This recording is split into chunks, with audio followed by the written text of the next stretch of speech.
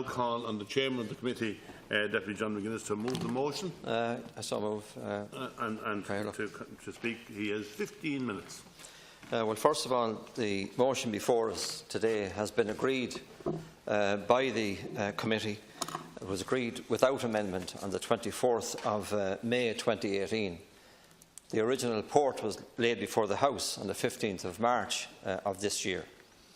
I think it's quite clear what the motion is asking for, which essentially is more transparency and accountability around the Vulture funds and the agents. We have tried without success to get these Vulture funds to come before the committee.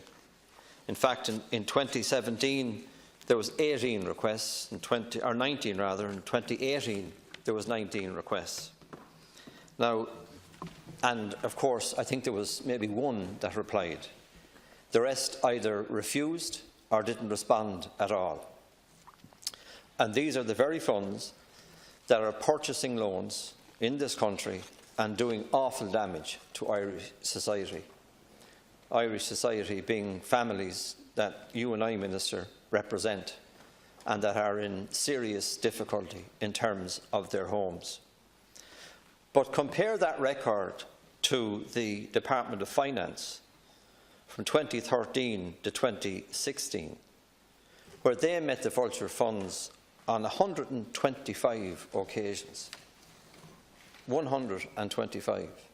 But yet those same funds won't deal with or be accountable to this Parliament through the Committee of Finance.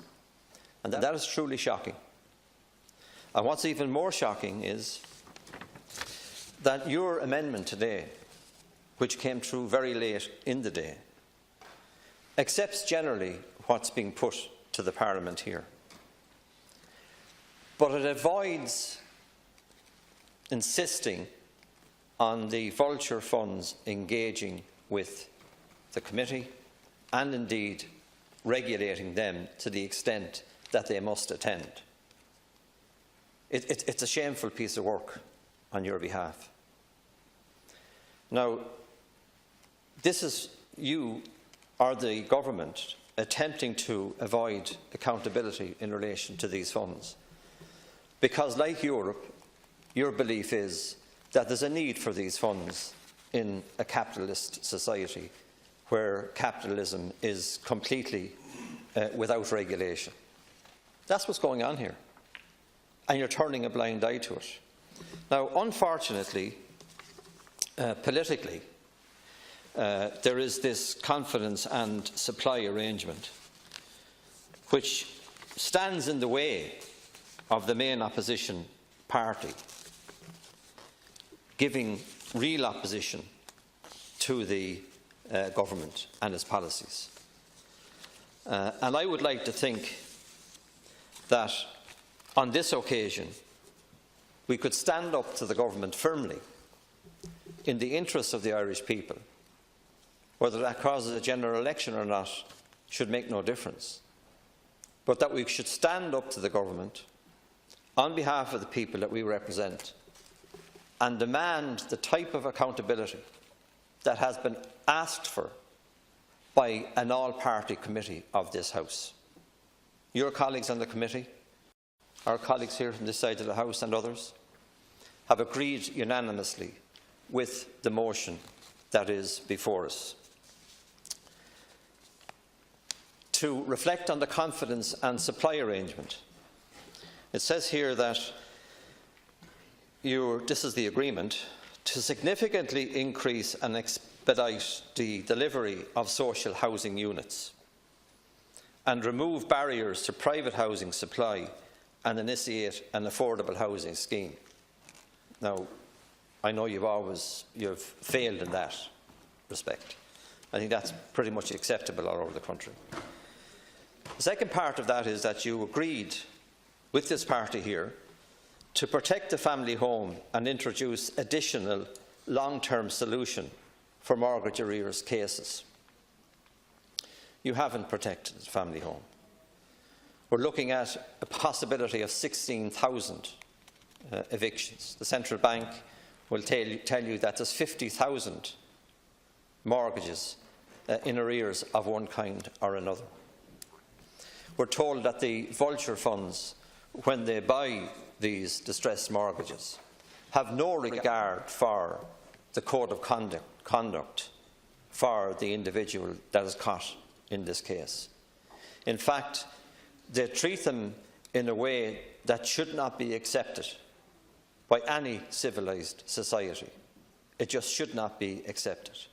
You just have to visit the courts and look at how they're treated by the judicial system and see how their family is affected in a very negative way, and how the children of that family, looking at their parents having to fight for their home, are affected.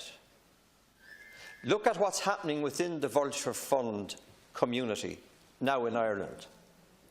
They are training up individuals within that sector to be aggressive, to be without humanity or compassion, and to do their utmost to get the maximum amount from families and individuals that don't have anything. I am not arguing for those that will not pay, the strategic defaulters, but I am firmly arguing for those that are making an effort, and we should keep them in their own homes. Lastly, in terms of the confidence and supply, we agreed to provide greater protection for mortgage holders, tenants and SMEs whose loans have been transferred to non-regulated entities, the Vulture funds. That's in the supply and confidence agreement. Now, Michael McGrath's bill, Deputy McGrath, came before the House. It went to committee stage. There were 13 sections to the bill, which all of them were withdrawn and replaced with amendments from the Department of Finance. The Central Bank wrote to the committee in relation to that bill, and they're recommending that it now be sent to the ECB for further scrutiny, as was done with the original bill. Now, there is no law or protocol in place that demands of this Parliament that any bill relative to finance should be sent to the ECB. Don't have to do it. It's not there. And if it is, and I'm wrong, please show me in writing where it is. They may express an opinion, but we don't necessarily have to follow that opinion. We are, in terms of our own sovereignty, entitled to deal with the issues as we see fit within this state. And within this state, individuals are being badly affected by what is happening. And all you have to do is take from any of the websites of these Vulture funds. They all tell you the same story. They're interested in seeking investment opportunities in markets that have suffered an economic or banking crisis, resulting in a dislocation in asset pricing and value opportunities. Specifically, this is Lone Star's site, seeks to capitalise on market conditions where banks have failed and so on. So they're here as vultures, preying upon the most vulnerable in our society, and we offer them no protection. And your government invited them in. I would suggest to you that they have no role, that we should rely now or force the banks that we own to do the next best thing, which some of them have done in fairness. Drill down into each account, find out if there's any means by which the matter can be dealt with, and keep people in their own homes, because that's what we agreed in the confidence and supply agreement. And in case my own colleagues here feel that it may not be party policy, back in 1948, in an election address, Dáil Éireann said, "We regard the state as being ordained for the individual, not the individual for the state." And that essentially leads me to the point where the first obligation of government is for that government to keep its people safe. I keep on repeating that. And in this instance, you have not kept your people safe. Now, the committee wants to get on with its work. It wants to bring in the vulture funds. And remember, these are vulture funds that have a special status, charitable. And that's resulting in them having a special tax arrangement.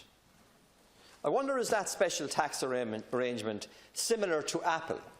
Is that where we're going to go with this? Because it's a state aid. And as a state aid, the rules do not permit that. And it can be argued that this arrangement is in fact a state aid.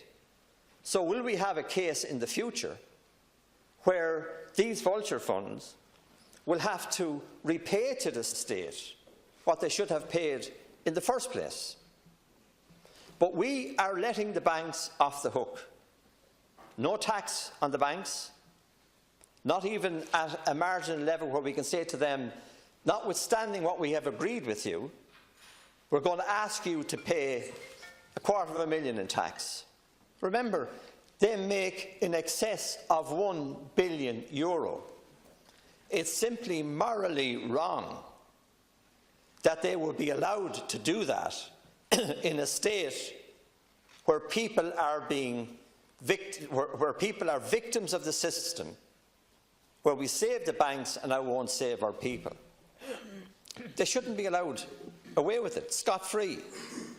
And then these vulture funds, at the invitation of government, come in and they buy up all of these distressed mortgages at a really knockdown price, at a price whereby they can double the profit in a short period of time. They can have the property that represents the mortgage. They can resell on again, and the next vulture will still have the opportunity to make 100% profit. And as the value of the market goes up in the context of housing, then they will make even more. Now, you'll tell me probably in your reply that there is protection there. Now, if you're a distressed mortgage holder, or if you're an SME with a loan that you've defaulted on, the fact that it's a loan in default or a mortgage in default means that you're in breach of contract. So then how sure are you that the code of conduct and that the rights of the borrower will be adhered to? You're not. Because I know currently the agents that are regulated who have refused to come to the committee, even though they're regulated. And indeed, the vulture funds, they dictate to their agents what to do. And I have to ask you to believe me, because I know you have a different opinion, Minister, that dealing with these vulture funds on a business loan is next nigh to impossible, because they extract the maximum out of the individual. They bleed them for anything that they have. And the individual family member, or the individual that has a house and is dealing with the vulture funds, they don't stand a chance. They don't stand a chance, because the aggression and anger and deliberate attempts to bully the individuals into submission to paying them money on a continuous basis has to be heard from them to be believed. And we in this House, I'm blaming the vultures, and I'll conclude on this, but actually it's this House is wrong, because we're creating the playing field, the environment for these vulture funds to thrive. It's a political question, and it's covered in the confidence and supply agreement. Any sort of decency in terms of a parliament would cover its people against what's happening. So the fault is really ours. Ours because we're, as an opposition, because we're caught up with you lot in the confidence and supply agreement. And then your lot is at fault because you don't have the bottle to take on the Vulture funds or the banks. And they are now back to the same aggression and arrogance that they had during the boom times. Imagine your minister saying that it might be okay to increase their salary to 500 grand. Are you mad? These same banks that are owned by us refuse to respond to us in any meaningful way, cause a tracker scandal, and now you're going to increase their salary. And you haven't made any attempt to fulfil your agreement to introduce legislation, to regulate them, make them come before the committee, and to save the people that we represent.